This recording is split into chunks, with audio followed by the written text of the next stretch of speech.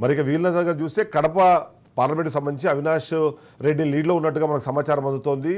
దీనికి తోడు మనం కావలిలో వైసీపీ అభ్యర్థి ముందంజలో ఉన్నట్టుగా మనకు తెలుస్తోంది.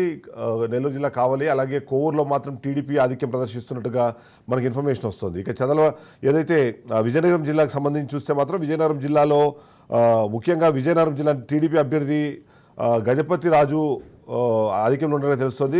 బీజేపీ నియోజకవర్గంలో టీడీపీ అభ్యర్థి రంగారావు ఆధిక్యంలో ఉన్నట్టుగా, అలాగే ఎస్కోట నియోజకవర్గంలో టీడీపీ అభ్యర్థి కోళ్ళ లలిత కుమారి కూడా ఆధిక్యంలో ఉన్నట్టుగా తెలుస్తుంది. చీపురుపల్లి నియోజకవర్గం నుంచి మాత్రం బొత్స సత్యనారాయణ ఆధిక్యాన్ని ప్రదర్శిస్తున్నట్టుగా మనకు సమాచారం అందుతుంటే, నగర్లో టీడీపీ అభ్యర్థి గాలు ప్రకాష్ లీలో ఉన్నట్టుగా తెలుస్తోంది. మైదుకూరులో టీడీపీ అభ్యర్థి గుత్తా సుధాకర్ లీడ్లోకి వచ్చినట్టుగా మనకు సమాచారం అందుతోంది.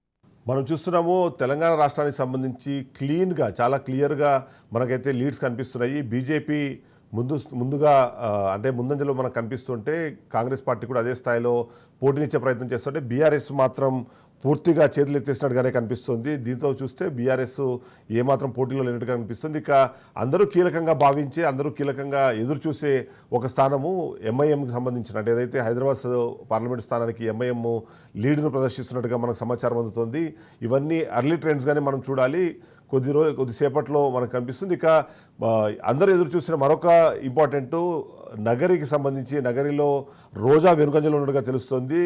నగరిలో టీడీపీ అభ్యర్థి గాలి భానుప్రకాష్ ముందంజలో ఉన్నట్టుగా మనకు సమాచారం అందుతుంది. అంతేకాకుండా ఏదైతే రాజంపేట పార్లమెంటు స్థానానికి సంబంధించి చూస్తే కూడా, అంటే అక్కడ చిత్తూరు సంబంధించి మనకు కనిపిస్తుంది. పోస్టల్ బ్యాలెట్లో పూతలపట్టు టీడీపీ అభ్యర్థి మురళీమోహన్ ముందంజలో కనిపిస్తుంటే, బీజేపీ ఎంపీ అభ్యర్థి ప్రసాదరావు కూడా లీడ్లో కనిపిస్తున్నారు.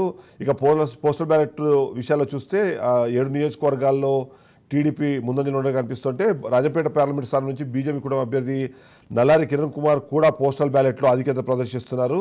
ఇక ఈవీఎం మొదటి రౌండ్ లెక్కింపులో చిత్తూరు అసెంబ్లీ నియోజకవర్గంలో తెలుగుదేశం పార్టీ అభ్యర్థి 1344 ఓట్లతో ముందంజలో ఉన్నట్టుగా మనకు కనిపిస్తుంది.